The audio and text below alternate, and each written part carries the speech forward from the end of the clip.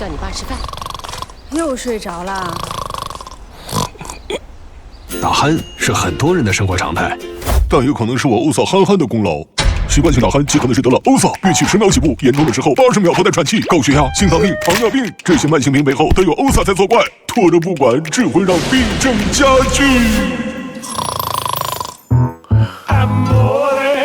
别让欧萨憨憨卡住呼吸，每3人习惯性打鼾，且有1人患欧萨。